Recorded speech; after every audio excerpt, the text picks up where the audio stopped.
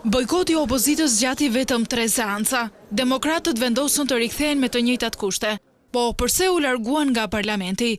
Qëllimi është që të sensibilizonim për injorimin e plot dhe total të kërkesave të drejta legjitime të protestuesve për të sjellë në parlament. Demokratët shmangën përballjen me protestuesit dhe zgjodhen të futen nga hyrja anësore, ku qytetarët i kishin rezervuar të njëjtën pritje, si deputetëve socialist.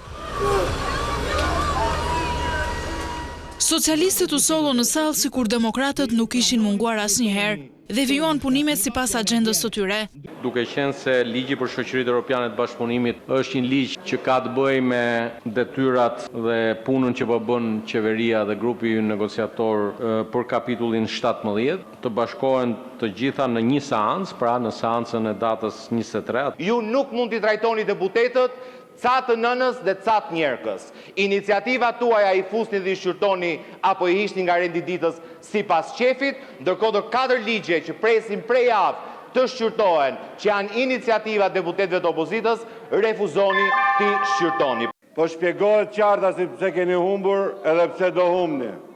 Bëni dhe ju pjesë e agjendës madhe të shqiptarëve dhe pastaj flisni për ligje që as i kuptoni, as i dini. Ndryshimi i rendit të ditës me forcën e kartonëve të mazhorancës shkaktoi kaos në seancë.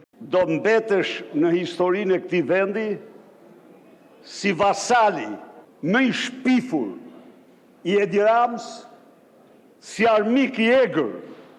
Mos të kaloni etikën parlamentare, mos përdorni epitete, do t'ju ndërpres sa herë që ju të shkelni rregulloren. Peleshi paralajmëroi Berishën se do të marrë masa ndaj tij nëse të i kalon kufit e etikës.